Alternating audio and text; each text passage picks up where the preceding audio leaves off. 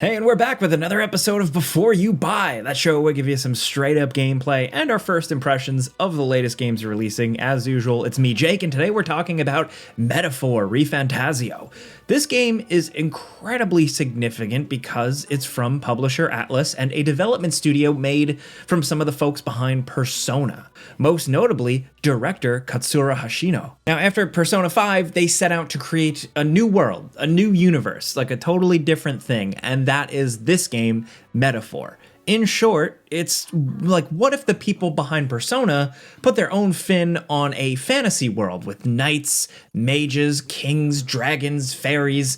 But of course, it does get a lot more complicated than that. And yes, it's very good. It's great.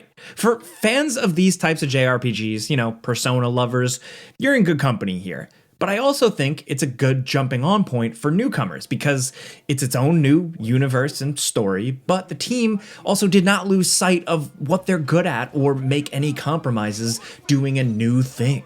So consider this first impressions. And so I've been playing a review copy, and this footage was captured on PS5, and it's spoiler-free. A lot of the gameplay you see here will be from what was the portion that was the demo that was made publicly available, and then a little past that, just to not spoil too much. Now, Metaphor, straight up, is a solid, compelling, and lengthy JRPG, but it's also a thought-provoking one. But where do I start with the story? There's a lot. So you start as a character you name who is on a quest to save a prince who has been cursed.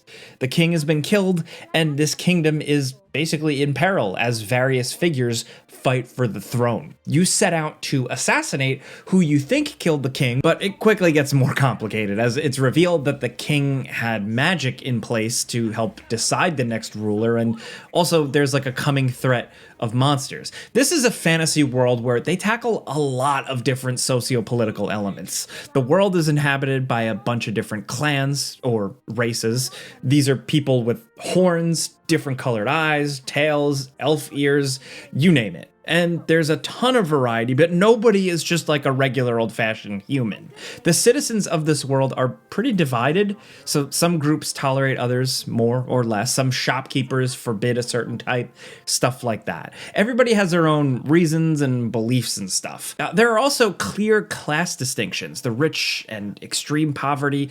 There is clearly a lot of world building, specifically with telling a story and having something to say in mind. It's a world surrounded by magic too, in both resources and just in the mystery of it all. Anyone can sort of wield magic, but there are always surprises and fantastical weird things still happening. All this stuff isn't just set dressing or world building or big picture stuff. A lot of it comes into the main story and gameplay elements. So once you get past the prologue, that's about 4 or 5 hours, that's when the main flow really shows up. What might feel familiar to Persona fans is the managing of time of day and a calendar, and the consequence of choice, like how you spend your time. Say you have a main quest dungeon that you need to complete in the next 5 days. Do you spend that time talking to citizens, getting side quests, and getting stronger? Do you just jump ahead, head first into that activity?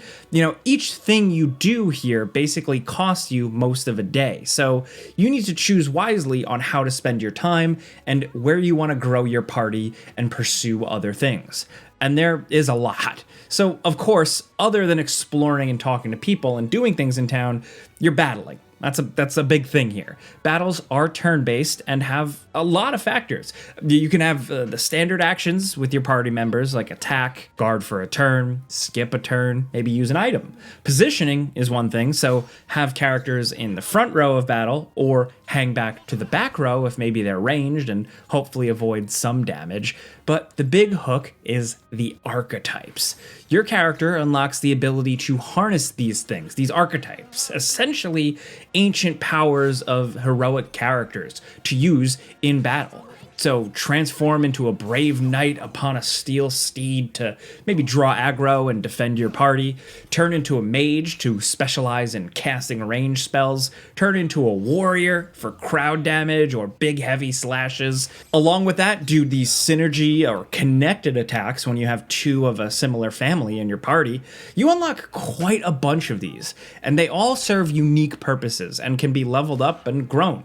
You can spend resources to allow other party members to use them, and you can even tweak some of them and teach them new attacks. The game constantly encourages you to experiment and switch them up.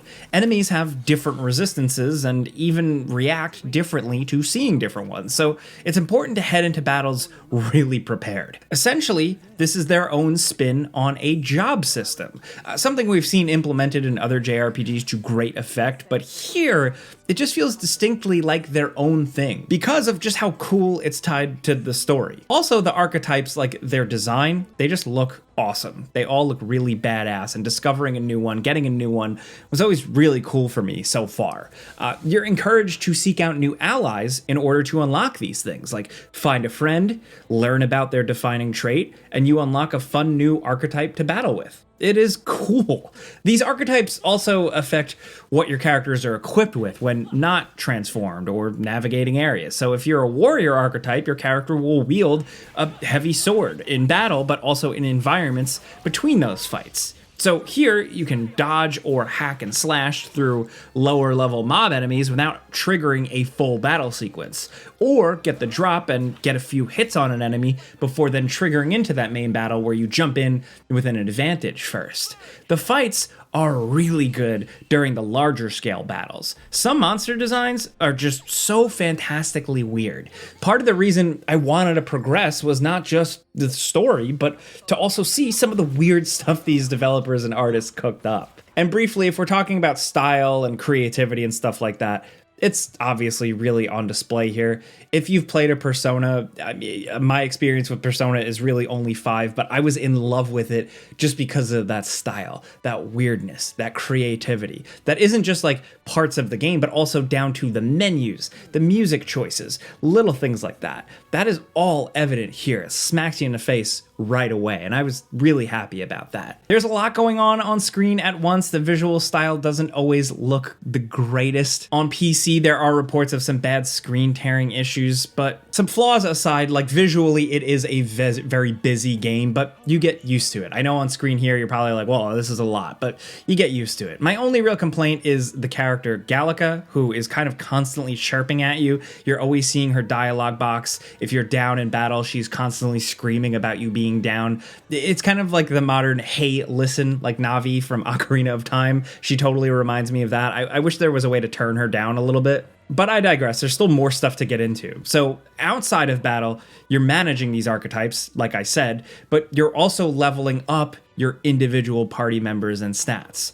Alongside that, you're also trying to get and equip good, proper equipment for each party member. So there's plenty to chew through and really strategize with here. There's so much stuff to manage. Popularity ranking and royal virtues, which I've been digging. So the royal virtues trees start with everything at the bottom, and certain actions and activities you do to progress through days increases these.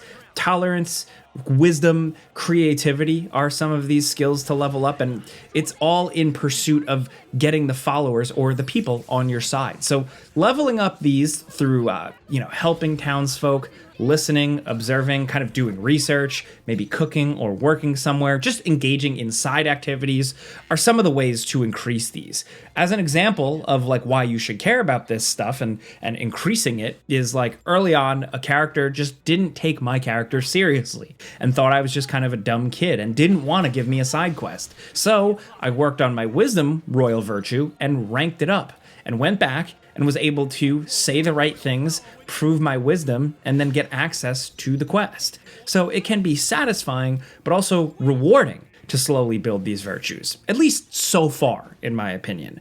My only real complaint so far is that like, man, the prologue was kind of rough, I guess, compared to the rest that I've seen. Yes, learning about the world, the onboarding, all that is interesting, but the actual questing and locations and encounters and stuff just felt like early hour JRPG boring stuff, like just a stretched out long intro sequence. The first few hours, maybe the first 4 or 5, just felt kind of trivial and dull and overly tutorialized. It happens in a lot of RPGs, I get it, it's the nature of the beast to really teach you so many elements and so many things, but like basically if you've played the demo that's available, in my opinion, that is all a very slow start. After that, I found it to get much more exciting. So if you played the demo and you already like that, then I guess this is good news because your enjoyment will only go up from there.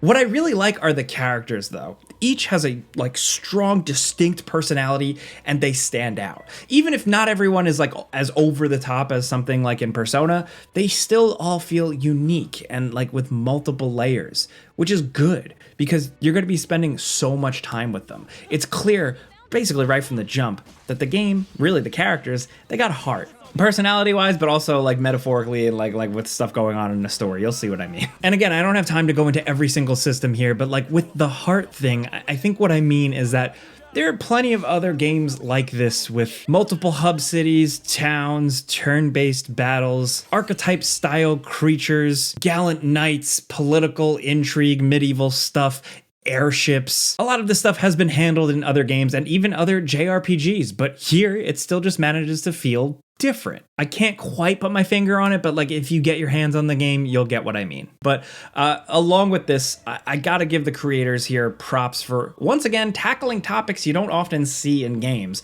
much less handled in such interesting ways. The Persona games, for all their color and flair, we're not afraid to get deep, dive into some taboo or frankly dark topics. And Metaphor is no different and happily wades into like big picture conversations of politics, religion, and utopian ideals. It also has really interesting insights on what fiction is, what it does, how it affects us, without me really spoiling anything. So for me, it's already apparent that like this is a solid JRPG, yes, but also a thinking man's game story, which is very cool.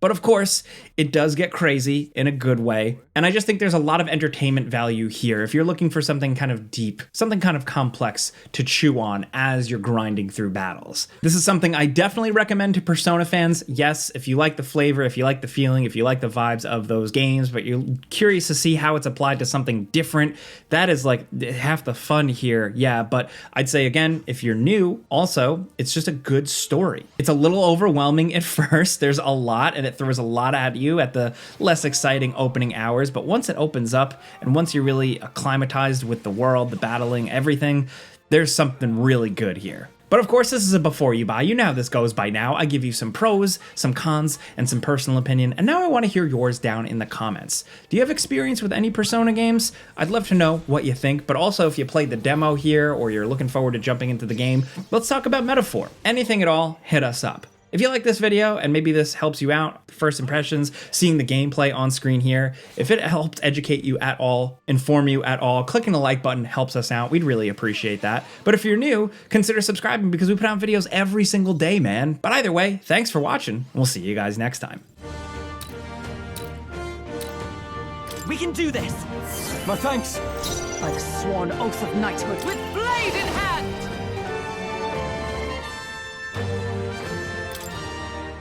That all? In the name of justice, I shall vanquish evil.